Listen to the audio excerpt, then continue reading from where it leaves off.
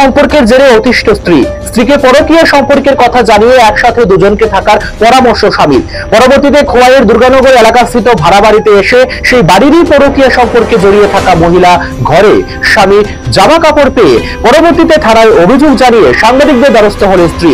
দীর্ঘদিন যাবত নাকি স্বামীর অবৈধ সম্পর্ক চলছে বলে স্ত্রীর অভিযোগ। তিনি আরো জানান, তাদের বিয়ে হয়েছে 14 থেকে 15 বছর হবে, তাদের একটি ছেলে সন্তানও রয়েছে। পরবর্তীতে স্ত্রীর উপস্থিতি টের পেয়ে ঘটনাটি বড় আকার ধারণ করতে পারে আজ করে স্বামী গা ঢাকা দেয়। গোটা ঘটনাটি জলগড়ায় থানা পর্যন্ত। আমি বাড়িতে আইসি, আমি নিজস্ব চোখে মেয়ে বাড়িতে বাড়াতে ঢুকছিলাম। ঢুকছি পরে আমার জামাই শার্ট প্যান্ট নিজস্ব আমার চোখে পাইছি কেন আমার জামাই কই আমি এখানে নাই, আমি তুই বাড়িতে থাকি এখন কইতেছি। আমি তো আমার জামাই সকালে জন্তুর সময় যাই, কিটা শার্ট পরে যায়, কিটা প্যান্ট পরে যায়, আমি তো সব সময় লক্ষ্য করে রাখি। আপনার জামাইয়ের নাম কি?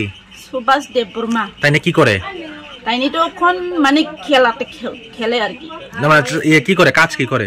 কাজ তো কিছু করে না, বাড়িটা এমনি। তাই নাকি অবৈধ সম্পর্ক আছে? অবৈধ সম্পর্ক আছে মানে এই বাড়িতে আরেকজন মহিলার লগে না?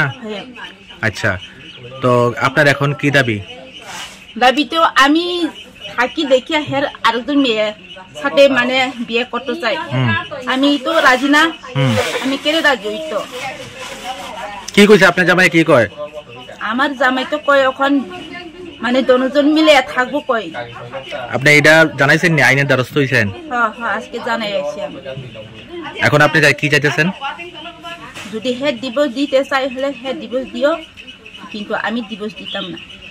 আচ্ছা, আপনার বাড়ি কোনানে? সনখোলা বাড়ি প্রেজেন্টটা। আপনার বিয়ে হয়েছে কত বছর হয়েছে আজকে? আজকে দিয়া 14 বছর হয়েছে আমার। আপনার ছেলে মেয়ে আছে? আছে, এক ছেলে আছে।